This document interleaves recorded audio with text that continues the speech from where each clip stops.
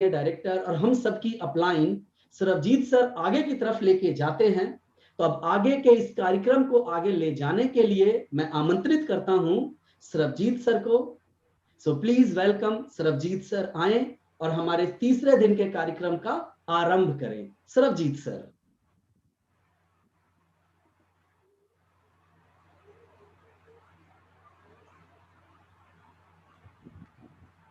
क्लेश परिवार को मेरा नमस्कार।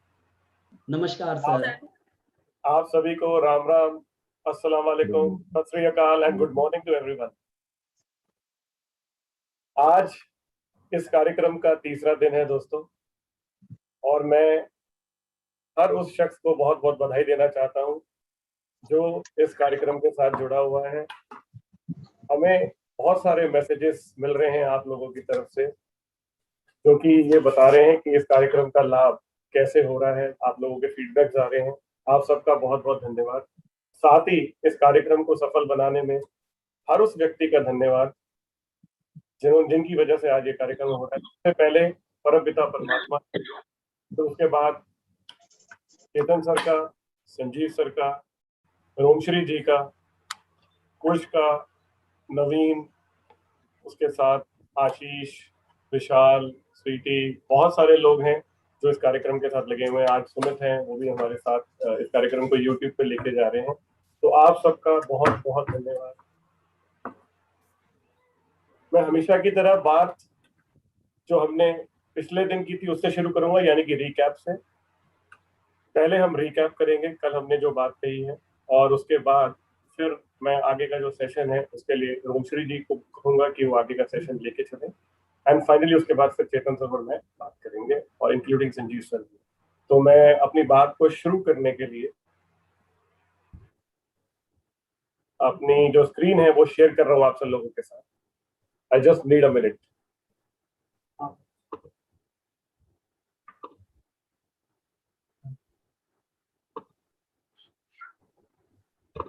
क्या मेरी स्क्रीन नजर आ रही है आप सबको? Yes sir. यस सर, आ रही है। ओके, तो जैसे कि मैंने कहा दोस्तों, हम रिकैप की बात करते हैं। पिछले 2 दिन में हमने जो अब तक बात कही, पहले दिन जो मेरा आपसे बातचीत रही वो इस बात पे रही कि हमें अपना सारा ध्यान, अपनी सारी ऊर्जा, अपनी वास्तविकता जो आज चल रही है उस पर केंद्रित नहीं करनी। जो वास्तविकता हम क्रिएट करना चाहते हैं, जो रियलिटी हम क्रिएट करना चाहते हैं, या अगर सरल भाषा में कहूं कि जो हम जीवन में चाहते हैं, हमें अपना ध्यान उस पर केंद्रित करना चाहिए। क्योंकि जीवन में खुश रहने का फॉर्मूला यही है कि आपका ध्यान हमेशा जो आप पाना चाहते हैं, जो हासिल करना चाहते हैं, उस पर रहना चाहिए। यदि ऐसा होता है तो हमेशा आप संभावनाओं में जीते। फिर उसके बाद कल जब हमारी बात हुई तो उसके अंदर बातचीत शुरू मैंने इस एक वाक्य से की थी, कितना सोचता हूं मैं। ये सवाल है जो हमें अपने आप से पूछना है। और म्यूट कर दीजिए प्लीज। कितना सोचता हूं मैं, लेकिन मैं क्या सोच रहा हूं, क्या ये सोचता हूं मैं? यानी हर पल आपको बहुत विजिलेंट रहने की जरूरत है, क्योंकि इस पूरी दुनिया में, इस पूरे ब्रह्मांड में आप सबसे महत्वपूर्ण बातचीत अपने आप से करते हैं दोस्तों, अपने सेल्फ से करते हैं। तो you have to be very careful, very vigilant कि आप अपने आप से बात क्या कर रहे हैं। इसलिए ये सवाल है, कितना सोचता हूं मैं, लेकिन मैं क्या सोच रहा हूं, क्या ये सोचता हूं मैं? उसके बाद कल हमने बात की थी मुख्य गुणों की। जैसे फूल का मुख्य गुण है खुशबू फैलाना, चाहे आप उसे हार बनाकर किसी के गले में पहनाएं या फिर वो किसी की अर्थी पे सजा। फूल तो हर हालात में खुशबू देता है, क्योंकि उसका मुख्य गुण है खुशबू देना। बिच्छू का स्वभाव है, उसका जो मुख्य गुण है वो है डंक मारना। उसी प्रकार आत्मा का जो मुख्य गुण है वो है प्रेम, निस्वार्थ प्रेम, बेशर्त प्रेम, सिर्फ प्रेम। उसी प्रकार इस बिजनेस में जब हम सब लोग एक साथ मिलकर काम कर रहे हैं तो हमें सफलता चाहिए, और सफल होने के लिए इस बिजनेस में लीडर बनना बहुत जरूरी है, यानी लीड करना जरूरी है। और लीडरशिप का जो सबसे प्रथम गुण है वो है पॉजिटिव रहना, हर हालात में, हर स्थिति में, हर परिस्थिति में you have to be positive.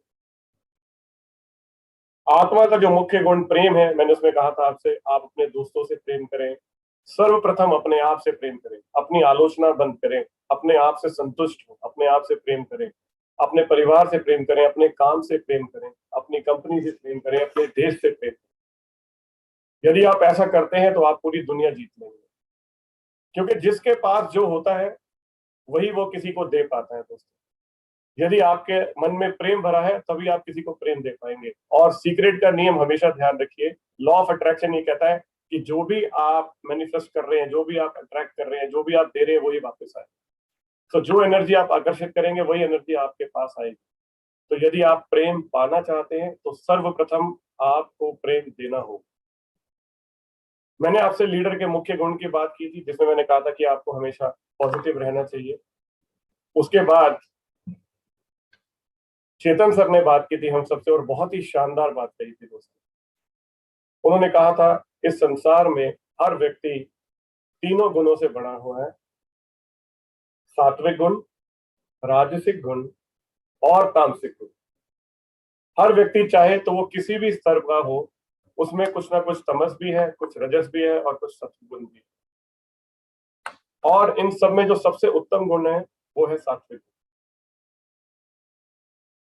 उसके बाद उन्होंने एक बहुत अच्छा मार्गदर्शन दिया। उन्होंने हमें बताया कि अपने दिन का 10% समय हमें अपने सात्विक गुणों को विकसित करने में लगाना चाहिए। किस प्रकार लगाना चाहिए? ज्ञान में।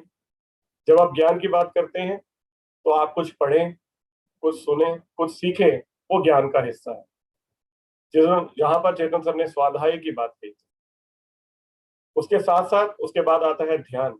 जो भी आपने सीखा, जो भी आपने सुना, जो भी आपने पढ़ा, उस पर चिंतन करना, वो ध्यान का पार्ट। अगली चीज थी दान। दान यानी कि जो उसका मुख्य, अगर आप उसका परिभाषा है तो वो त्याग है। जो कुछ भी आपके पास है, जो भी आपकी यथाशक्ति है, चाहे वो पैसा हो, चाहे वो श्रम हो, चाहे वो समय हो, आपको उसका 10% दान करना चाहिए। उसके बाद है जप। आप जिस भी आराध्य को मानते हैं, चाहे वो जीसस हैं, चाहे वो अल्लाह है, चाहे वो वाहिगुरु हैं, आपको उनका जप करना चाहिए। और उसके साथ में समाधि, यानी अपने भीतर झांकना, अपने आप से बात करना, अपने आप को समझना। तो ये बहुत ही शानदार बात कल चेतन सर ने हम सबको बताई थी।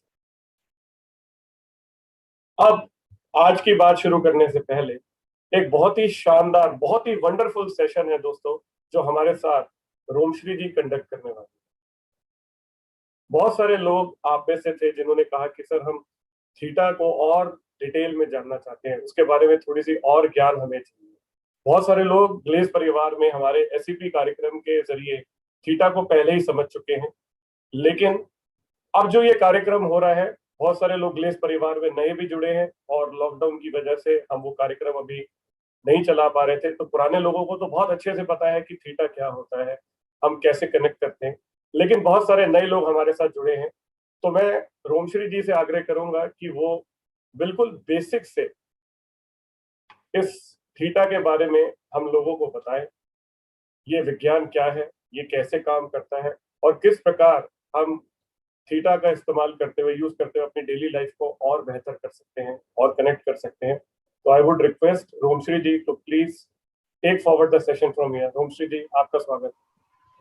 थैंक यू, बहुत बहुत धन्यवाद सरबजीत जी, और आप सबको मेरा नमस्कार, राम राम, गुड मॉर्निंग। सबसे पहले बहुत बहुत धन्यवाद चेतन जी को, सरबजीत जी को, संजीव छिब्बर जी को, और जितने भी अच्छे अच्छे चेहरे हमें दिख रहे हैं हमारी टीम के। टीम ऑफ लाइट मैं ऐसे बोलती हूँ कि प्रकाश को फैलाने वाली ये टीम है हमारी। और बहुत अच्छा लगता है जब हम सब मिलकर मेडिटेशन करते हैं या इस तरह की चीज़ों से जुड़ते हैं, तो ये सबसे बड़ा सौभाग्य है। और जैसा आपने अभी रिकैप में बताया और चेतन जी ने जितनी भी चीज़ें बताई, सात्विक गुण और ये सारी चीज़ें, समाधि यानी अपने भीतर झांकना, तो ये सब एक ही चीज़ है, चाहे लेबल अलग अलग है, जैसे थीटा बोल देते हैं हम, या कोई और आप म्यूजिक सुन रहे हैं तो आप गहराई में चले जाते हैं, कोई भी रास्ता हो सकता है, पर जो उसका ओरिजिन है, जो उसका मूल है, वो वही है। तो आज हम थीटा की बात करेंगे क्योंकि हम उसको एज अ टेक्निक यहाँ यूज कर रहे हैं। जब हम ऐसी अवस्था में बैठे हैं, अपने माइंड में बहुत कुछ सोच रहे हैं, तो हमारी जो ऊर्जाएं हैं, हमारे विचार हैं, वो बिखरे हुए हैं, क्योंकि अब हम इतना समझते हैं कि हर चीज ऊर्जा है। तो ऊर्जा चारों दिशाओं में बिखरी हुई है और कंज्यूम हो रही है, अलग अलग जगह पर बिजी है। तो जब हमें अपने जीवन में कुछ परिवर्तन लाना है, तो उस ऊर्जा को वहां से छुड़ाकर फोकस्ड करना जरूरी है। तो इस तरह के जो कार्यक्रम है, जब हम 40 दिन के लिए जुड़े हैं और निरंतर कुछ नया रचने के लिए प्रक्रियाएं कर रहे हैं, तो एक तरह से हम री इन्वेंट कर रहे हैं, पुनर्निर्माण कर रहे हैं अपनी किसी चीज का। जैसे आप कोई सोने की चीज है, उससे कुछ और बनाना चाहते हो, तो उसको आपको पहले पिघलाना पड़ेगा सोने को। या और भी बिल्कुल बेसिक अगर हम एग्जाम्पल लें मिट्टी का, जैसे आपको कोई मिट्टी से कुछ चीज बनानी है, तो आप कोई पक्का घड़ा है, उसका कुछ नहीं कर सकते। तो गीली मिट्टी अगर आपके पास हो, तो आप उससे कुछ भी बना सकते हो, कोई भी आकार आप उसे दे सकते हो।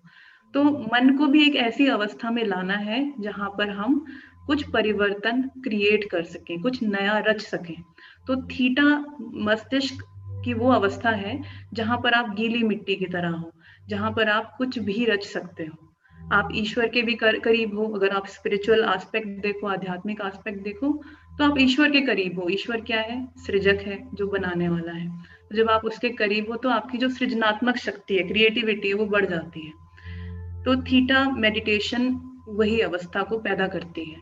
और ये आपके लिए कुछ भी नया नहीं है, बेशक नाम नया हो सकता है, पर रोज आप इस अवस्था से गुजरते हो, जब आप रात को सोते हो और इतनी गहराई में होते हो कि आपको कोई आभास नहीं होता कि आप हो या नहीं हो।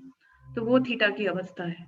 पर उसको एक तकनीक के रूप में कैसे इस्तेमाल करें कि हम अपने विचारों से कुछ नया रच दें।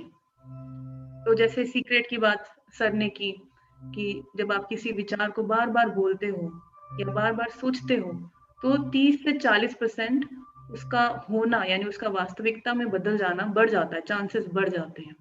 और जब आप उसी विचार को आंखें बंद करके अपने मन में देखते हो, विजुअलाइज करते हो, कल्पना भी करते हो साथ में, तो उसका होना 50 to 60% बढ़ जाता है।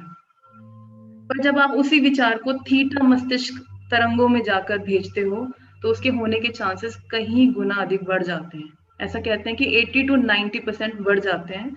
और इसके अनगिनत एग्जाम्पल ग्लेज में है, और जो हमारी टीम के लोगों ने उसको अनुभव किया, उनका अपना अनुभव भी है कि जब उन्होंने इसका इस्तेमाल किया तो चीजें बदली।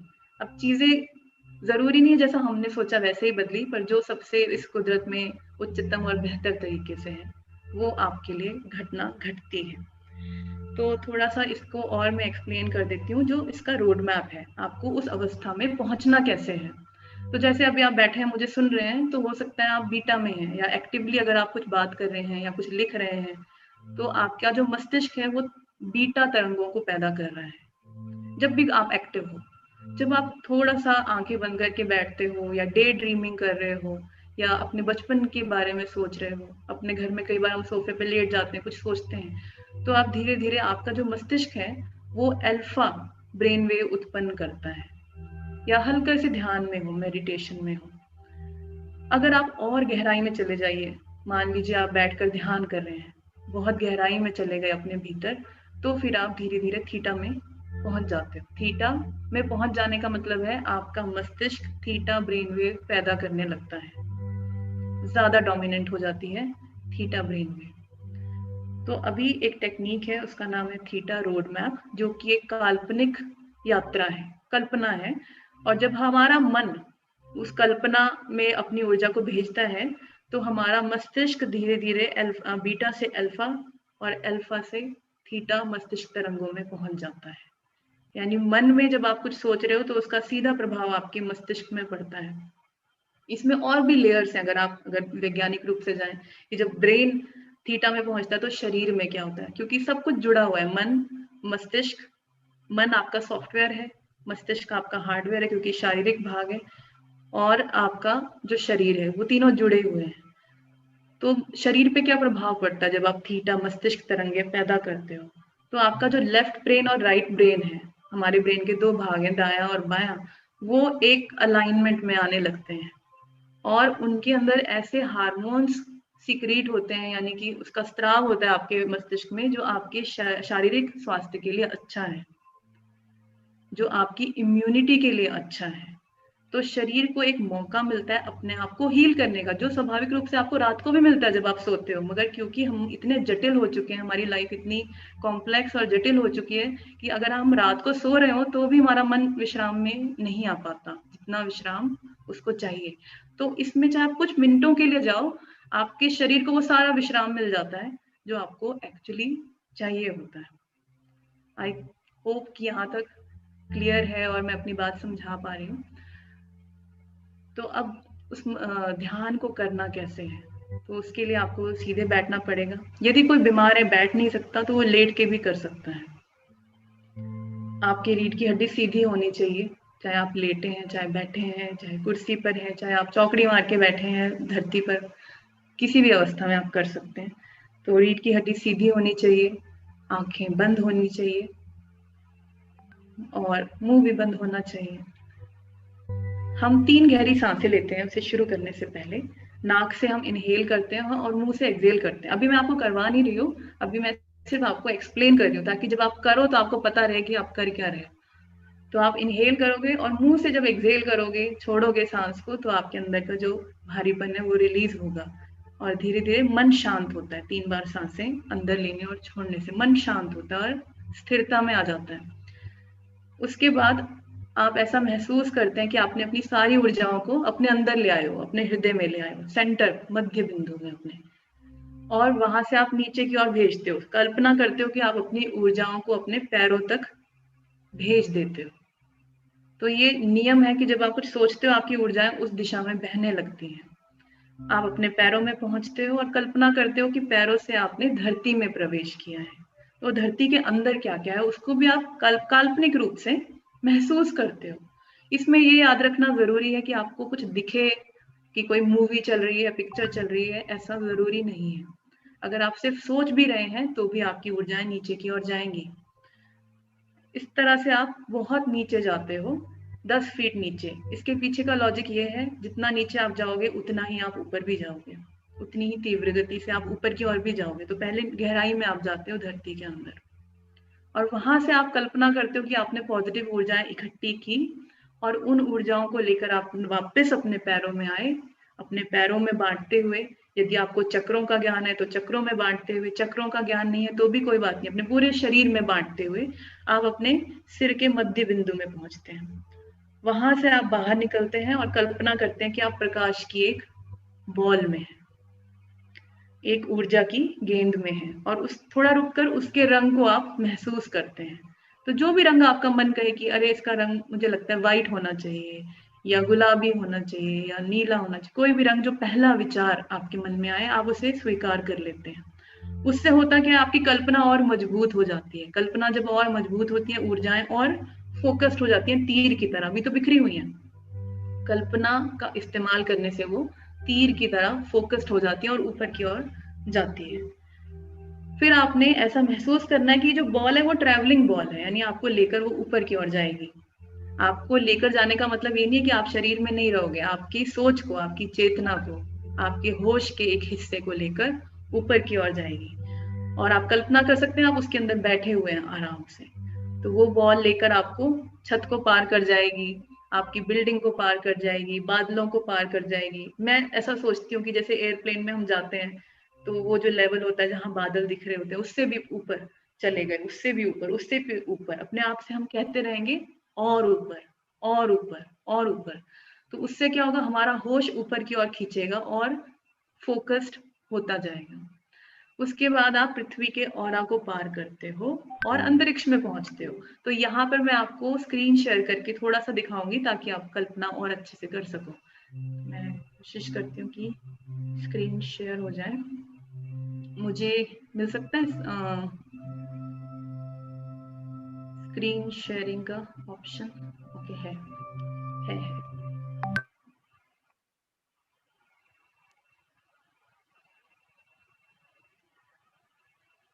तो यहाँ पर आपको दिख रहा होगा थीटा रोड मैप लिखा है। जब आप ऐसी कल्पना करते हो कि आपने पृथ्वी को भी पार कर लिया, तो आप अंतरिक्ष में हो, और अंतरिक्ष में जो कुछ भी है उसे भी आप पार करते हुए अपनी कल्पना में उस बॉल के अंदर ऊपर चले जाएंगे। और अंतरिक्ष में जो कुछ भी है, जितनी भी लाइट्स हैं, उन सबको पार करते हुए आप पहुंचेंगे मास्टर्स प्लेन पे। तो आप देख सकते हैं जहां पर लिखा हुआ है मास्टर्स प्लेन, यानी कि हमसे उच्च ऊर्जाएं जिनमें भी आपका यकीन है, जैसे देवी देवता या देवदूत, एंजल्स, फरिश्ते, जिनमें भी आपको लगता है, गुरु, संत, जो कि हमसे उच्च हैं, हाई वाइब्रेशंस हैं।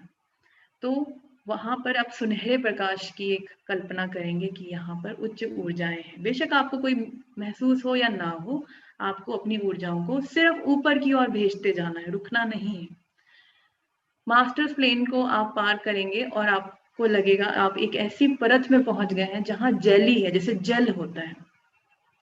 और जब आप उसमें प्रवेश करते हैं तो आपकी जो प्रकाश की बॉल है आपके चारों ओर, वो पिघल जाती है, मेल्ट हो जाती है, और आप उस जली में आराम से तैरते हुए दूसरी ओर निकल आते हैं, उस तल पर जहां अलग अलग आकार हैं, अलग अलग चिन्ह हैं।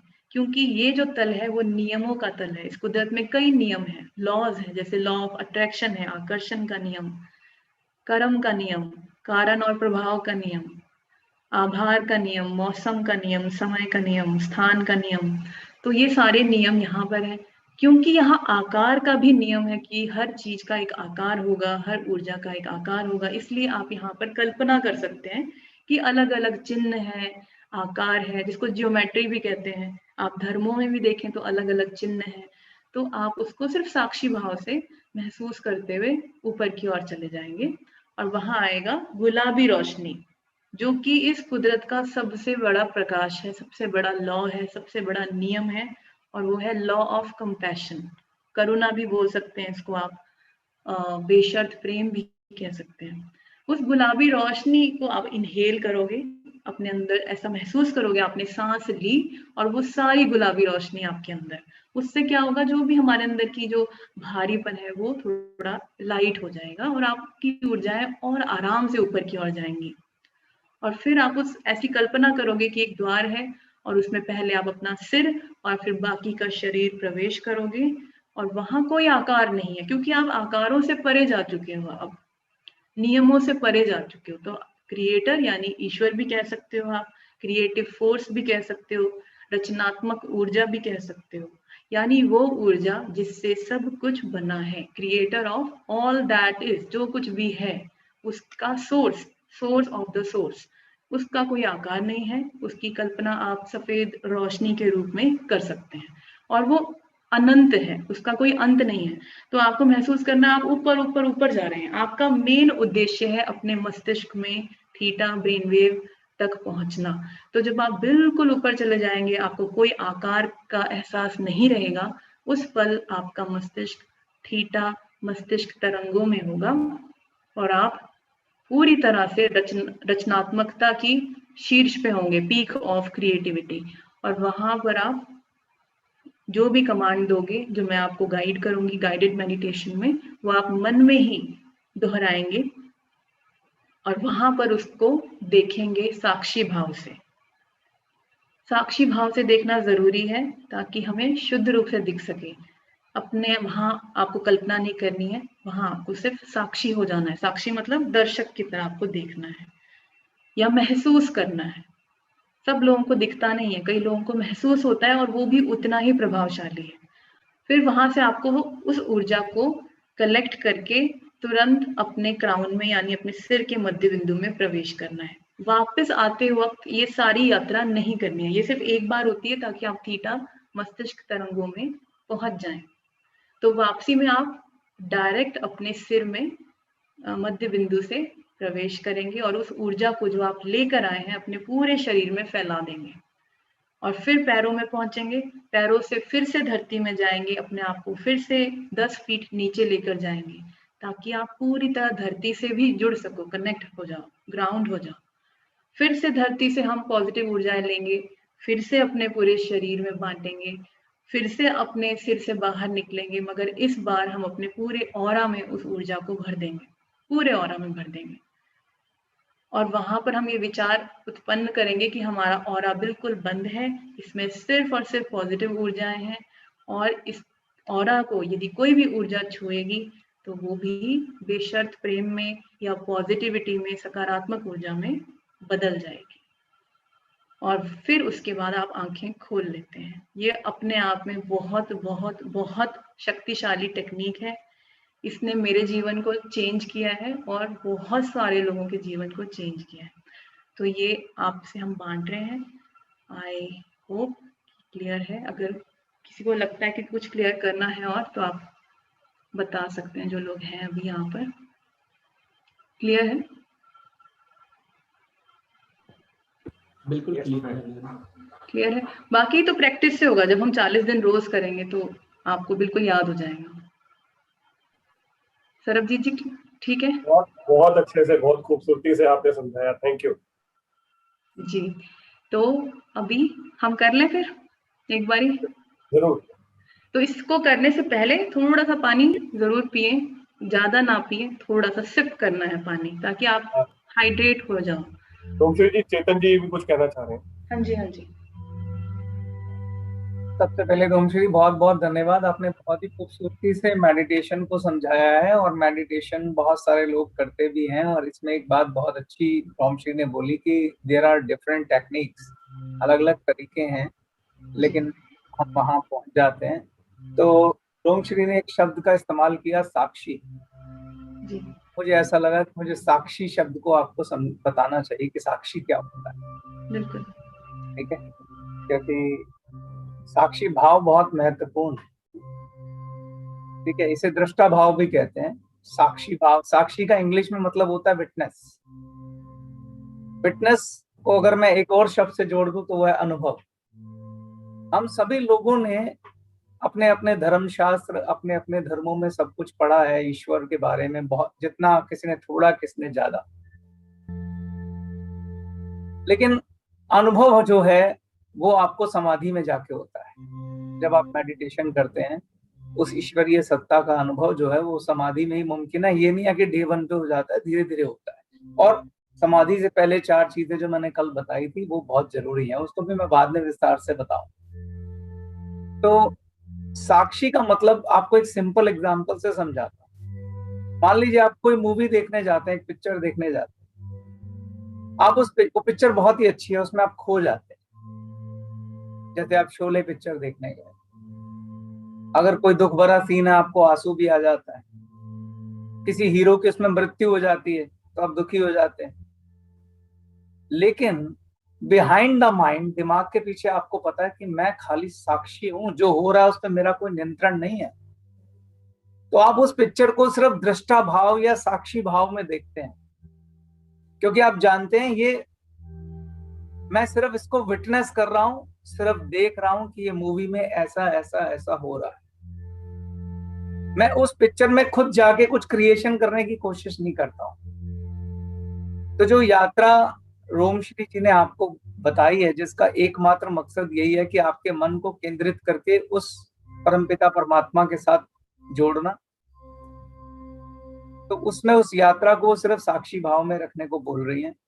तो ये साक्षी का मतलब है। अगर रोमश्री जी इसमें कुछ आपको लगता है कुछ एडिशन सब्ट्रैक्शन करना हो तो करें। मुझे लगा कि साक्षी समझाना जरूरी। मुझे इसमें एक बात कहनी, थैंक यू, आपने इस वर्ड को पिक किया, क्योंकि ये मेरी पूरे आध्यात्मिक जर्नी जो भी है थोड़ी बहुत, उसमें मेरा यही है, प्रैक्टिस है। मैंने अपने नाम के पीछे भी साक्षी लिखना शुरू कर दिया, रोमश्री साक्षी, ताकि मुझे याद रहे कि साक्षी रहना है। और मुझे लगता है कि हमें एक दूसरे से ये भी पूछना चाहिए, साक्षी हो, जैसे हम फोन करके पूछते हैं आप कैसे हो, क्या अभी आप साक्षी हो? तो ये बहुत बड़ी स्पिरिचुअल प्रैक्टिस है, हर वक्त साक्षी रहना। तो थैंक यू, आपने इसको नोटिस किया।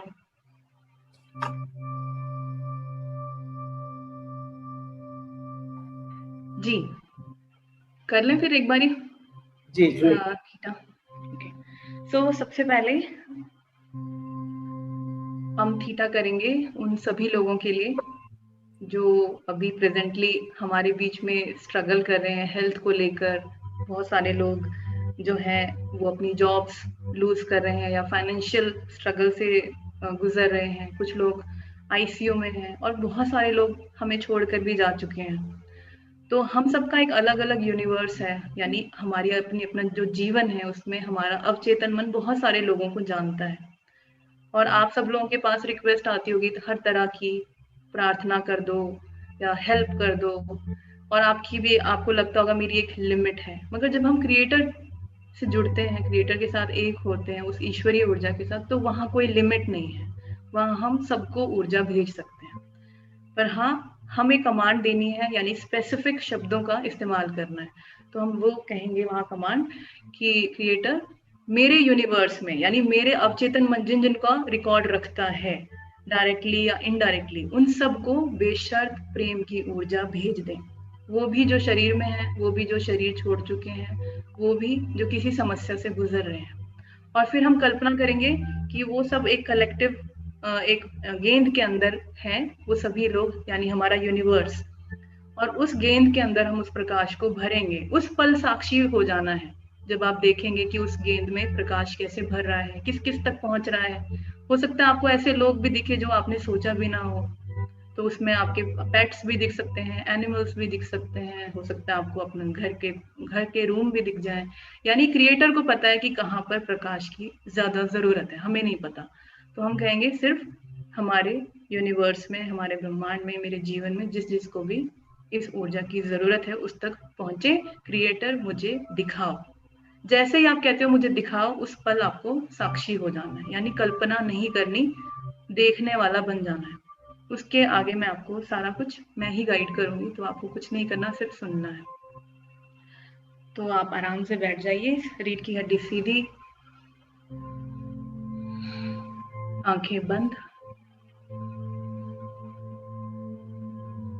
जब आप आंखें बंद करते हैं तो अपने मन की गति को पहचाने, बहुत जरूरी है अपने मन को नोटिस करना कि वो किस तरफ भागता है। सबसे पहले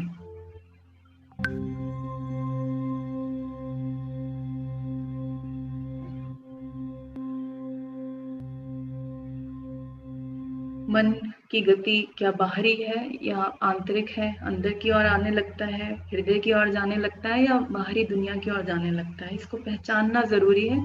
इसमें कुछ अच्छा या बुरा नहीं है, सिर्फ पहचानना है आपको।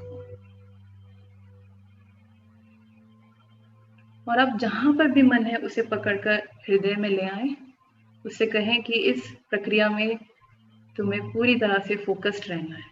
और जिन भी शक्ति में आपका यकीन है उन्हें याद कर लें, उनसे ये कह दें कि इस पूरी प्रक्रिया में मेरा सहयोग करें, मुझे ऊर्जा दें, मेरा मार्गदर्शन करें। बिल्कुल सहज भाव में आ जाएं, अपने पास आ जाएं, और 3 गहरी सांसें, नाक से अंदर और मुंह से बाहर। सारी पॉजिटिव ऊर्जाएं अंदर और सारी नकारात्मक ऊर्जाएं बाहर।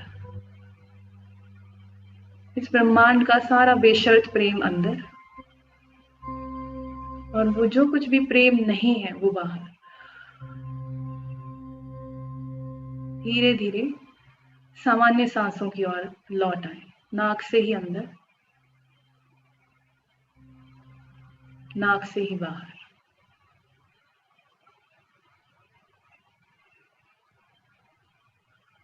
मन को शांत कर दें, शरीर सहज, और धीरे धीरे पूरी ऊर्जाओं को हृदय चक्र में, यानी सेंटर ऑफ द चेस्ट, और वहां पर अपनी पूरी ऊर्जाओं को इकट्ठा कर लें। कुछ भी बाहर ना हो, पूरी ऊर्जा अंदर। और ये ऊर्जाओं को लेकर नीचे की तरफ उतरें, अपने शरीर में, पैरों में आ जाएं।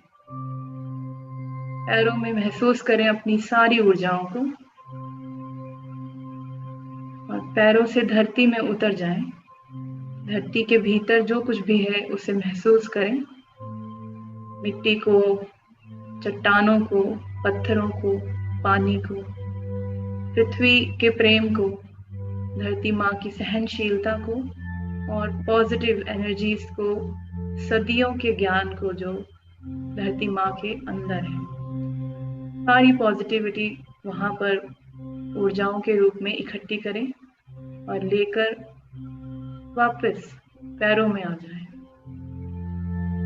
इस ऊर्जा को अपने पैरों में बांटते हुए ऊपर की ओर खींचें। अपने पूरे शरीर से गुजरते हुए, रीढ़ की हड्डी से गुजरते हुए गले में आ जाए।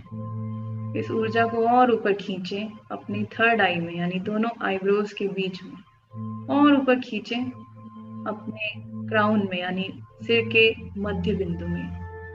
खींचते हुए सिर के केंद्र बिंदु से बाहर की ओर निकल आए और इस ऊर्जा से प्रकाश की एक बॉल का निर्माण करें, बॉल ऑफ लाइट। इसके भीतर आप हैं, आपका होश है। थोड़ा रुककर इसके रंग को महसूस करें, इस बॉल के रंग को। जो पहला रंग आपको समझ आए उसे ही स्वीकार कर लें। इससे आपकी कल्पना शक्ति और मजबूत होगी और विचार, होश और फोकस्ड होता जाएगा। ये बॉल आपको लेकर ऊपर की ओर उठ रही है। आप जहां भी बैठे हैं उस क्षेत्र से ऊपर की ओर उठ जाएं। ये बॉल आपको लेकर छत को पार कर जाए, बिल्डिंग को पार कर जाए, बादलों को पार कर रही है, और ऊपर और ऊपर और ऊपर, एयरप्लेन लेवल को पार कर जाए, और ऊपर और ऊपर और ऊपर और ऊपर, पूरे एटमॉस्फेयर को पार करते हुए धरती के ऑरा में बहुत सारी वेव्स हैं, तरंगे हैं। उन तरंगों को पार करते हुए अपने आप को महसूस करें। अपनी कहानी से, अपनी पृथ्वी की विचारों से ऊपर उठ जाए अंतरिक्ष में, जहां अलग अलग ग्रह हैं, नक्षत्र हैं, आकाश गंगाएं हैं, layers and layers of light, dim light, dark lights, colorful lights, तरह तरह के रंगों की रोशनियों को पार करते हुए और ऊपर और ऊपर और ऊपर, अपने आप से कहें और ऊपर और ऊपर और और ऊपर चले जाएं। अपनी ऊर्जाओं को ऊपर की ओर खींचता हुआ महसूस करें। अंतरिक्ष को भी पार कर जाएं, उसके परे सुनहरे प्रकाश में प्रवेश करें। ये उच्च ऊर्जाओं का प्लेन है, तल है, मास्टर्स प्लेन, जहां हमसे उच्च ऊर्जाएं हैं। गुरु, देवी, देवता या जिस भी शक्ति में आपका यकीन है, जो आपको लगता है आकार में है और आपसे उच्च है, हाई वाइब्रेशनल है, वो सब यहाँ है। उनके प्रेम को महसूस करें, उनकी बुद्धिमत्ता को महसूस करते हुए और ऊपर, एम फॉर क्रिएटर ओनली, और ऊपर और ऊपर और ऊपर। इस तल को जब आप पार करेंगे तो एक जली की परत आती है जो अपने रंग बदलती है। इसमें प्रवेश करें। यहाँ पर ये बॉल जो है प्रकाश की, वो घुल जाएगी, मेल्ट हो जाएगी, और आप आराम से तैरते हुए और ऊपर की ओर निकल आए नियमों के तल पर। नियमों का तल, जहां इस ब्रह्मांड के सभी नियम हैं। क्योंकि यहाँ आकार का नियम है, तो यहाँ तरह तरह के आकार भी हैं, ज्योमेट्रिकल, रिलीजियस, स्पिरिचुअल, नोन या अननोन। उन सभी आकारों को पार करते हुए और ऊपर जाएं, और ऊपर और ऊपर और ऊपर और ऊपर। सबसे हाईएस्ट नियम में, जो गुलाबी रोशनी के रूप में आपको महसूस होता है, लॉ ऑफ कंपैशन, करुणा का नियम या बेशर्त प्रेम का नियम। इसमें जब आप प्रवेश करें तो इसे अपने अंदर भर लें। Inhale all the pink light, पूरी तरह से सांसों के माध्यम से भर लें। जितना कंपैशन, बेशर्त प्रेम आपके अंदर होगा, उतना ही आप क्रिएटिव ऊर्जा के ज्यादा नजदीक पहुंच पाएंगे। और भर लें अपने आप को, और ये प्रकाश आपको इतना हल्का कर देगा कि आपको उस स्पेशल प्लेस की ओर, ऊपर की ओर धकेल देगा, आराम से उस द्वार की ओर जो क्रिएटर के तल की ओर खुलता है, सृजक के तल की ओर खुलता है।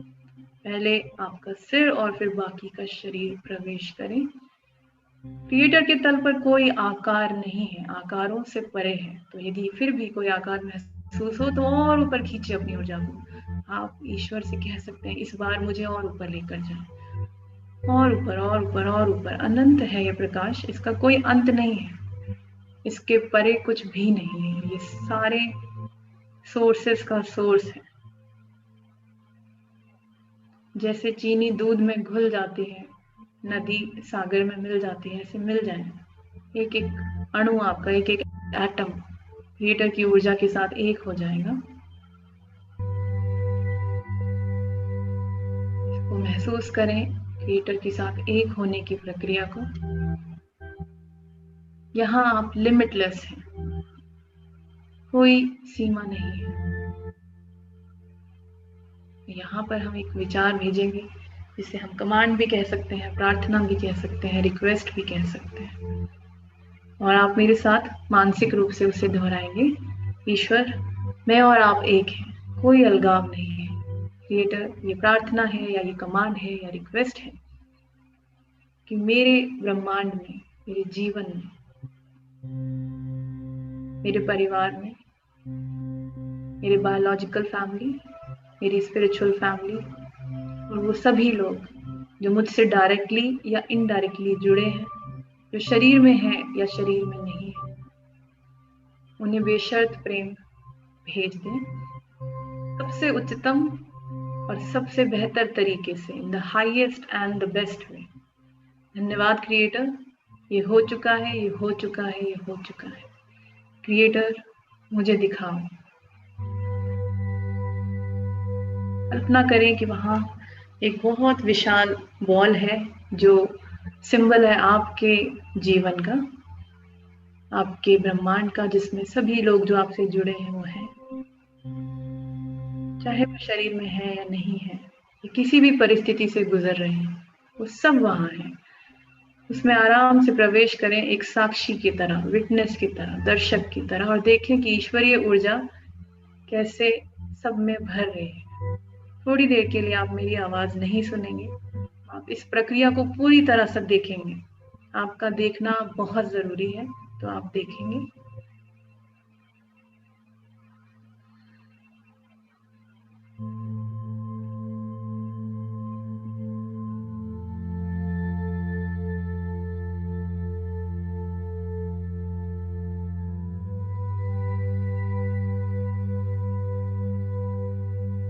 आप एक एक व्यक्ति के अंदर भरते हुए भी देख सकते हैं। ईश्वरीय ऊर्जा इतनी शक्तिशाली है कि एक क्षण में ही सबके अंदर भी भर सकती है। तो आप क्रिएटर्स को बोल सकते हैं कि मुझे फिर से दिखाएं, मुझे और क्लियर दिखाएं।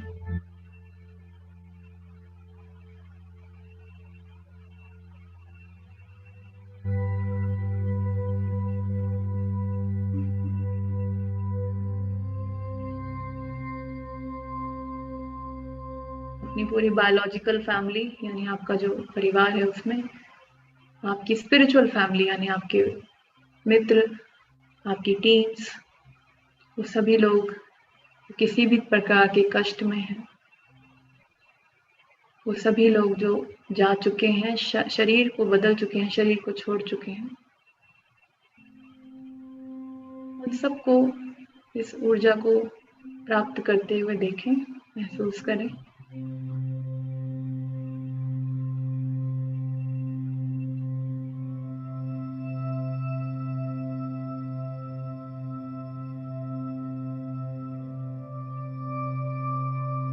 एक बार फिर से उस पूरे प्रकाश की बॉल को पूरा भर दें, ऊपर से नीचे तक।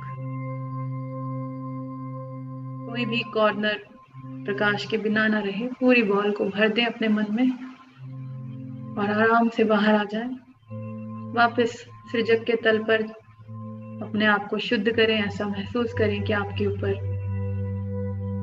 प्रकाश गिर रहा है और आप पूरी तरह से शुद्ध हो रहे हैं, क्लीन हो रहे हैं, प्योरीफाई हो रहे हैं, रिंस हो रहे हैं, नहा रहे हैं उस प्रकाश में।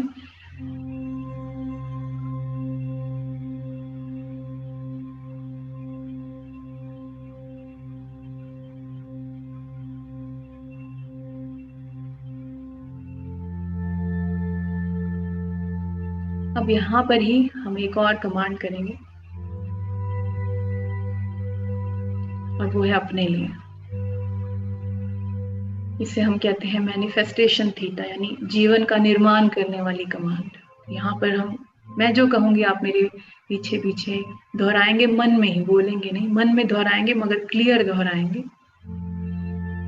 मैं ईश्वर के प्रकाश को साक्षी मानकर संपूर्ण ब्रह्मांड में ये घोषणा करता हूँ या करती हूँ कि मैं पूरी तरह से स्वस्थ हूँ, समृद्ध, सुरक्षित और सकारात्मक ऊर्जा से भरा हूँ। मैं जीवन में ग्लेज के साथ नित नई सफलता की ऊंचाइयों को पा रहा हूँ। मेरी समृद्धि, स्वास्थ्य, लाभ और खुशियों का स्रोत ईश्वर ही है। मैं अनंत ऊर्जा, स्वास्थ्य, सफलता और समृद्धि का स्वागत करता हूँ और इस सब का सदुपयोग करने वाली बुद्धि का भी स्वागत करता हूँ। मैं ईश्वर का आभारी हूँ और सभी उच्च गुणों को सीख रहा हूँ। मैं मन, वचन, कर्म, शरीर और आत्मा से संपन्नता, प्रसन्नता, स्वास्थ्य और उच्च ऊर्जाओं को निरंतर ग्रहण कर रहा हूँ। मैं अपने परिवार और ग्लेज के साथ एक अद्भुत, स्वस्थ, समृद्ध, सकारात्मक, ऊर्जावान, ईमानदार, सफल और उपलब्धिपूर्ण जीवन जी रहा हूँ। मेरा जीवन मेरे लिए और सबके लिए कल्याणकारी है। ये हो रहा है, ये हो रहा है, ये हो रहा है। धन्यवाद क्रिएटर, मुझे दिखाओ। साक्षी हो जाए, देखें किस तरह से ये घटना घट रही है। थोड़ी देर के लिए आप मेरी आवाज नहीं सुनेंगे, आप उस उच्चतम जीवन को दृष्टा भाव से देखेंगे। इस बार और आगे चले जाएं, जितना आपने कल देखा था उससे भी उच्चतम तक चले जाएं।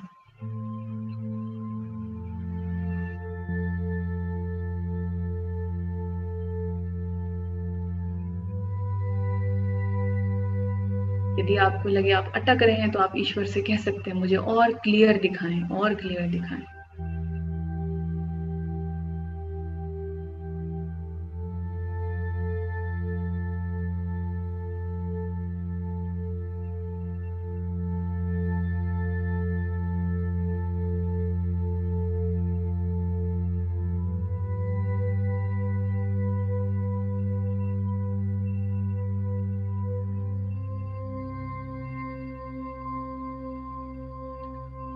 इसे और क्लियर करने के लिए आप कह सकते हैं ईश्वर मेरी 3 सबसे महत्वपूर्ण उपलब्धियां दिखाएं।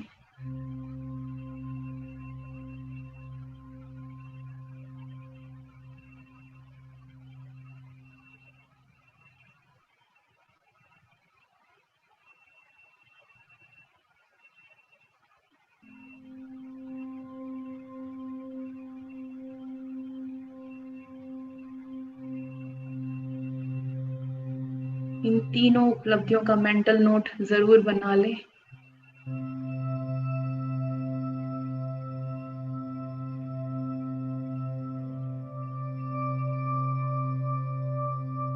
बहुत सुंदर, बहुत अच्छा कर रहे हैं आप लोग।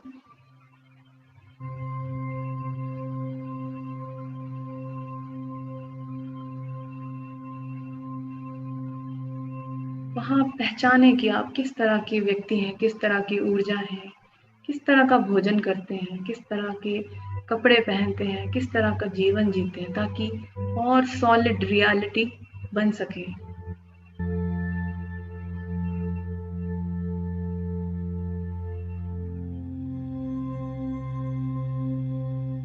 पैरों में क्या पहनते हैं, किसके साथ जी रहे हैं, किसके साथ रहते हैं, कौन सी चीजें हैं जो आप इंजॉय करते हैं, जो आपको आनंद देती हैं।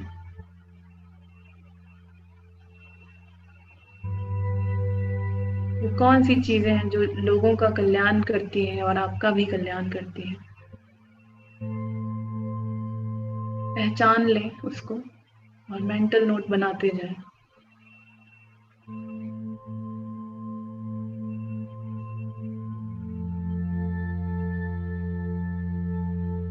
ये आप हैं और ये आप डिजर्व करते हैं। आप इसके हकदार हैं। इस ऊर्जा को लेकर वापस आना है अपने शरीर में ईश्वर का धन्यवाद दें। थैंक यू क्रिएटर, धन्यवाद ईश्वर। इस पूरी ऊर्जा को लेकर अपने क्राउन से यानी अपने सिर के केंद्र बिंदु से प्रवेश करें अपने शरीर में। मस्तिष्क में लाइट स्विच ऑन करें और पूरे ब्रेन में, अपने मस्तिष्क के सभी कोशिकाओं में इस प्रकाश को बहता हुआ महसूस करें। अपनी पूरी रीढ़ की हड्डी में बहता हुआ महसूस करें, शरीर के एक एक भाग में बहता हुआ, खून के साथ blood flow, blood vessels, bones, cells, पूरी कोशिकाएं, शरीर के जो वाइटल ऑर्गन्स हैं, kidney, liver, lungs, heart, pancreas, पूरे शरीर के एक एक भाग में इस ऊर्जा को बहता हुआ देखें। ये आपकी नई ऊर्जा है। अपने पैरों में पहुंचे, पैरों से फिर से धरती में प्रवेश करें ताकि धरती आपको अपने से जोड़ ले, इस हकीकत को ग्राउंड रियलिटी में बदल दे। और नीचे चले जाएं 10 फीट नीचे, और वहां से फिर से पॉजिटिव ऊर्जाएं लेकर फिर से पैरों में आए, फिर से ऊपर की ओर उठाएं उस ऊर्जा को, पूरे शरीर में बांटते हुए अपने सिर के मध्य बिंदु में पहुंचे। फिर से बाहर निकले, मगर इस बार पूरे ऑरा में इस नई ऊर्जा को भर दें। आपके नए जीवन की नई ऊर्जा है, ये आप हैं, आपका नया अस्तित्व है। और अब जब आप आंख खोलें तो ये नया जीवन शुरू होगा। अपने आप से, अपने मन में कह दे, मेरे ऑरा में नई ऊर्जाएं हैं, पॉजिटिव ऊर्जाएं हैं। मेरे ऑरा को यदि कोई भी ऊर्जा स्पर्श करेगी तो वो सिर्फ और सिर्फ पॉजिटिविटी में ही बदल जाएगी। मेरा ऑरा प्रोटेक्टेड है, सुरक्षित है। और धीरे धीरे आंखें खोल लें। धीरे धीरे जब आप आंखें खोलें, अपने आसपास देखें तो अपनी आंखों में नई ऊर्जा को महसूस करें और एकदम से बातचीत ना करें। थोड़ा सा पानी जरूर सिप करें ताकि जो आपने अभी अभी रचा वो आपकी कोशिकाएं, आपके सेल्स पानी के माध्यम से रजिस्टर कर लें, रिकॉर्ड कर लें अपने अंदर और उसे पहचान लें।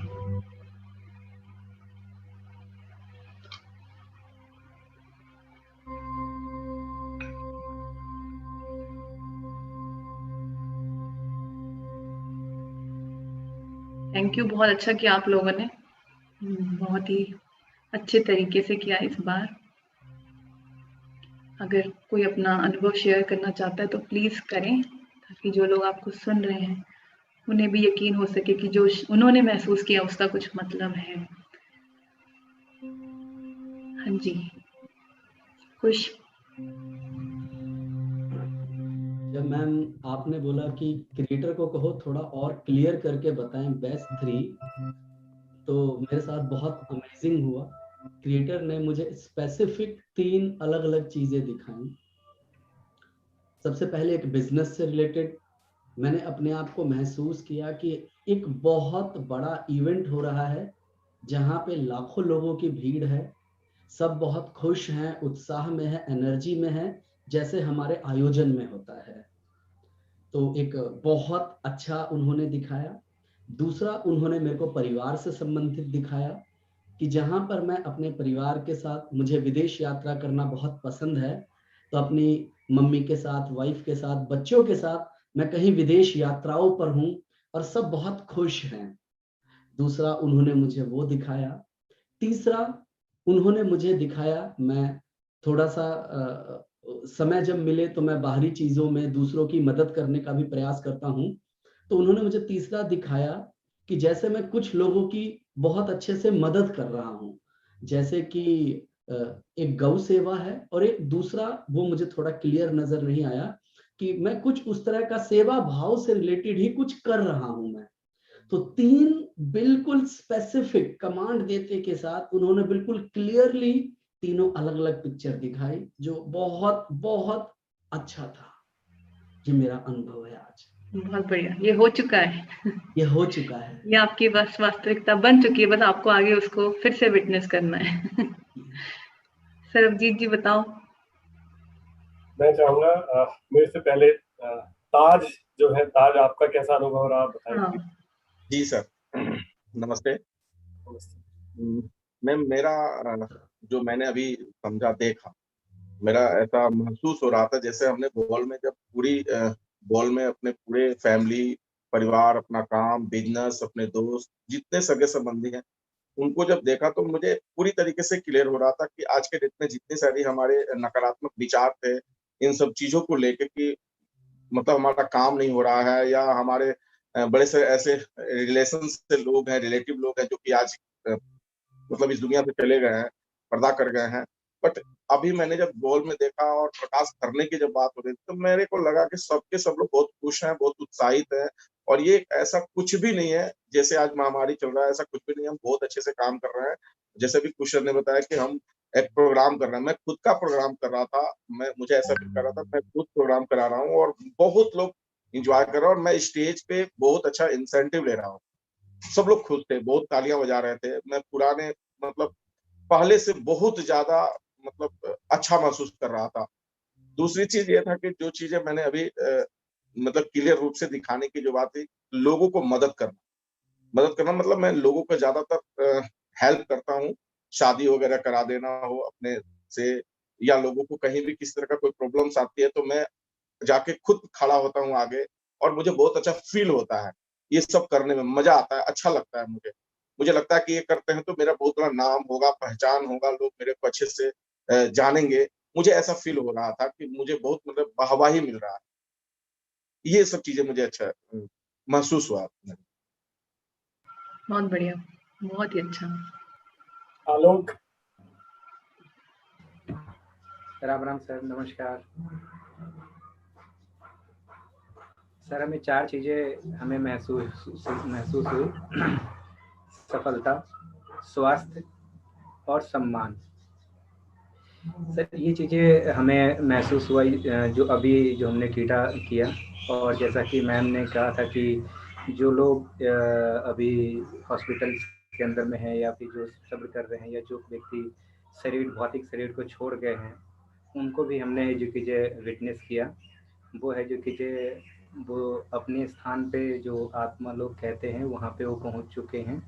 और प्लस साथ के साथ जो है, जो अभी हॉस्पिटल्स के अंदर में जिनका फोन है, उन सबको मैंने महसूस किया कि वो लोग बिल्कुल ठीक हैं, और वो है जो कि अपनी फैमिली के साथ बहुत हैप्पी हैं।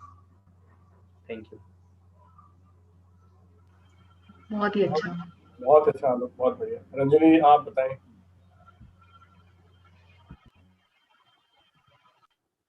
जी सर, अभी जो मैं देखी थीटा मेडिटेशन में, इतना खुश मैं थी, मतलब बहुत ज्यादा खुश। और मेरे दिमाग में एक ही बात चलती है अपने काम को लेके हर वक्त, और अभी भी मुझे सिर्फ वही दिखा। मैम जो वर्ड बोल रही थी जैसे फैमिली के बारे में, तो फैमिली दिखा जहाँ सभी लोग बहुत खुश है, और मैं अपनी फैमिली में सबकी मदद भी कर रही हूँ। उसके बाद जब बोले कि वो व्यक्ति जो आज शरीर में नहीं है, जो शरीर को छोड़ चुके हैं, उसमें भी कई सारे लोग मुझे दिखे जो हमारे बहुत करीब थे। तो कुछ पुराने लोग और कुछ हाल फिलहाल के लोग मुझे दिखे, और वो सब बहुत अच्छे जगह पर हैं और अभी ठीक हैं। उसके बाद जब मैम बोली 3 चीजों को स्पष्ट रूप से देखें, तो वह 3 चीज मुझे बहुत क्लियर दिखी। सबसे पहला चीज, मैं एक बहुत बड़े स्टेज पर हूँ जहाँ लाखों लोगों की संख्या, जैसे अभी कुछ सर बता रहे थे, और वहां पर मैं स्टेज पर ट्रेनिंग दे रही हूँ, बात कर रही हूँ, जहाँ लोग मतलब बहुत खुश है, बड़े बड़े इंसेंटिव मिल रहे हैं, लोगों को एक्साइटेड है। उसके बाद एक चीज, अपनी फैमिली के जो मेरा सपना है वो भी मुझे दिखा कि वो सपना पूरा हो चुका है। और तीसरी चीज जो मुझे दिखी, मैं लड़कियों की टीम को लेकर मैं विदेश गई हुई हूँ, और वहां पर रोमश्री मैम हमारे साथ है, और इंडिया का झंडा लहराते हुए हम लोग आगे बढ़ रहे हैं, जय गैलवे का नारा लगा रहे हैं। ये चीज दिखा। बिल्कुल बिल्कुल, मैं हूँ आपके साथ। बहुत अच्छा लगा, वाकई मन को बहुत शांति मिल रहा है, और लग रहा है कि ये हो चुका है। बिल्कुल बिल्कुल, किसी तल पर तो आप कर चुके हो, बस अब आपको फिर से उससे गुजरना है। थैंक यू मैम, इतना अच्छे से ये थीटा मेडिटेशन कराने के लिए। और ये जितना बार मैं करती हूँ ना, उतना बार अपने आप को बहुत अच्छा महसूस करती हूँ।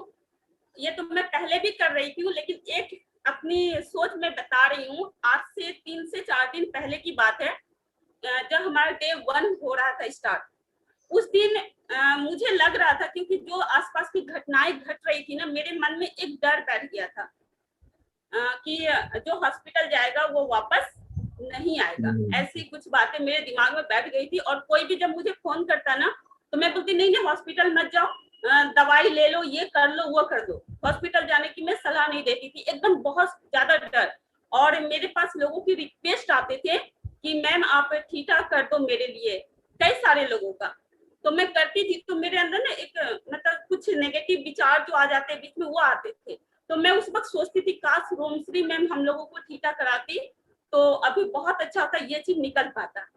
और पता नहीं ये कुदरत ने मेरी बात को मान ली, और इंटरनेशनल फैमिली डे के दिन आपने डे 1 स्टार्ट किया, और बहुत अच्छा से उस दिन से आज तीसरा डे है, हम लोग थीटा मेडिटेशन कर रहे हैं और इस चीज को क्लियर कर पाए। इसके लिए बहुत बहुत धन्यवाद रोमश्री मैम का, और हमारे भगवान स्वरूप गुरु Chetan sir, Sanjeev sir, Sarabjit sir और कुश सर का, और मेरे सारे ऑल ग्लेस फैमिली का। वाकई में ग्लेस फैमिली बहुत अच्छा फैमिली है, और हमारे जो गुरु है ना, ऐसे गुरु हैं कि परेशानी से पहले हम लोगों को हल दे देते हैं। Thank you so much. बहुत सुंदर, थैंक यू।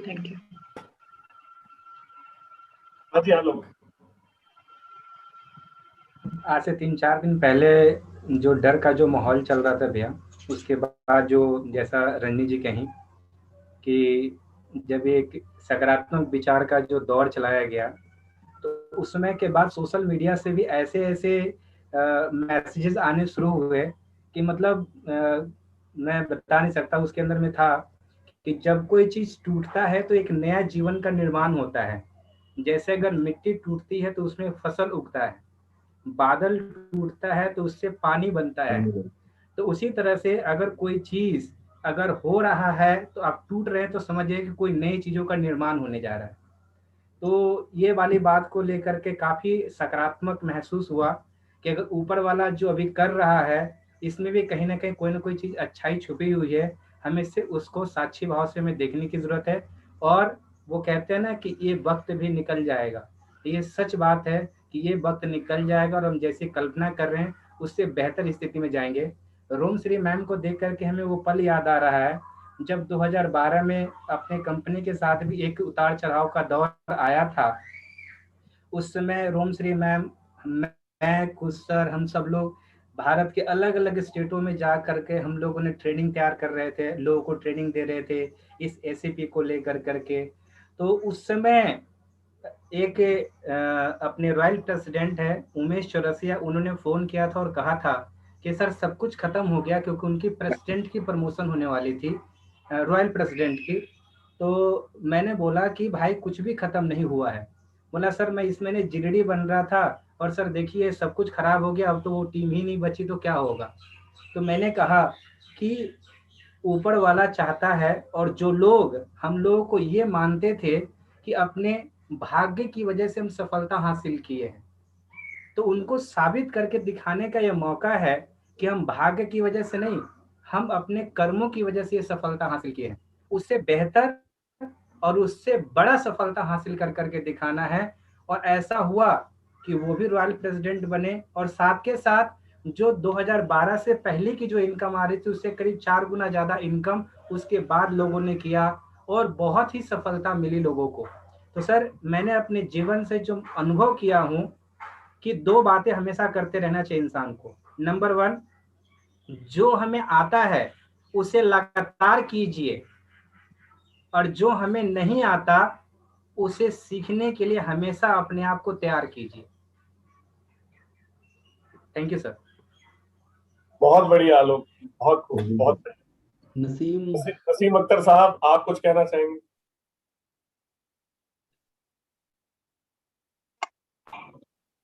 सबसे पहले सर आप सबको आदाब एंड थैंक्स टू ऑल।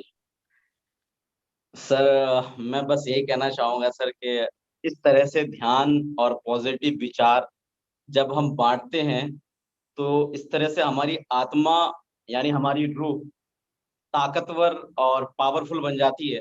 और सबसे पहले इसके लिए थैंक यू आप सभी का कि हम सभी के आत्मा को, रूह को ताकतवर बनाने और उसकी पावर को सजाने और हमें ये महसूस कराने के लिए कि हमारी आत्मा अगर पावरफुल हो जाएगी, हमारी रूह अगर पावरफुल हो जाएगी, तो हम तो अपने आप पावरफुल बन जाएंगे।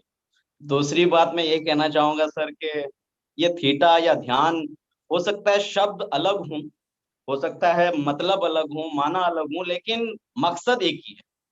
यानी कि मकसद एक ही है कि हम अपने रूह को ताकतवर बनाएं, हम परमात्मा से, खुदा से जुड़ जाएं और अच्छे लोगों से जुड़े रहें, ताकि हमारी रूह ताकतवर बने। और जब हमारी रूह ताकतवर बन जाएगी, जब हम उससे जुड़े रहेंगे, जैसे हमारी बॉडी को ताकतवर बनाने के लिए खाने की जरूरत है, वैसे हमारी रूह को ताकतवर बनाने के लिए खुदा से या अच्छे नेक लोगों से जुड़े रहने की जरूरत है, ताकि हमारी रूह ताकतवर बन जाए।